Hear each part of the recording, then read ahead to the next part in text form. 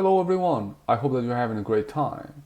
In this video at Learn Tech, I'm going to show you how you can create a system restore point on Windows 10. The main reason why you need a system restore point is that you can undo the system changes by reverting your computer to a previous restore point. To configure that, we just need to go at search and we type create a restore point, and then we click over here, create a restore point. Then it will come up this tab with system properties, and here I can configure system protection or the restore point. In order to configure restore points, we'll click over here configure, and here I turn on the system protection. Here I can adjust the maximum disk space that can be used for system protection. As space fills up, all the restore points will be deleted to make room for new ones. So I'm gonna make this 20%. You can configure this based on your storage capacity.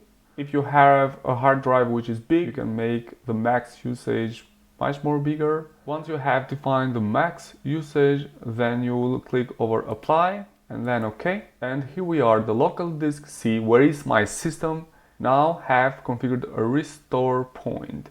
If you want to do the same for the other drives, you just have to click over the drive and then you click over configure, and then you click again turn on system protection, you click apply and then OK. And now also my G drive have a configured restore point. In case that you want just now to create a restore point, you have to click over here create, and here you write a name. I'll put the date. Once you write the name, then you click over create and the restore point start to create. It will take some time to create a restore point. So once the system restore point is created, you will receive this notification which says the restore point was created successfully, and then you close.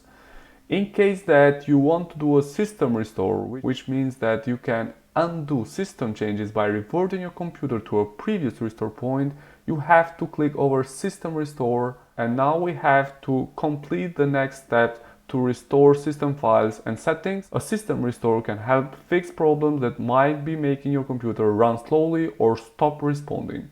System restore does not affect any of your documents, pictures or other personal data. Recently installed programs and drivers might be uninstalled. We click over next, and here I can see the restore points that have been created. In my case, it's only this one which I have just created now. I select the restore point that I want, and then I click over next. In case that I want the computer to be restored to the state it was before this restore point, I will click over finish, and then the computer will need to be restarted to go to the state that it was on the time that we created this restore point.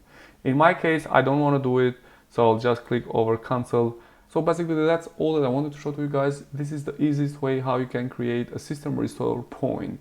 Thanks a lot for watching, and please do not forget to subscribe. Thank you.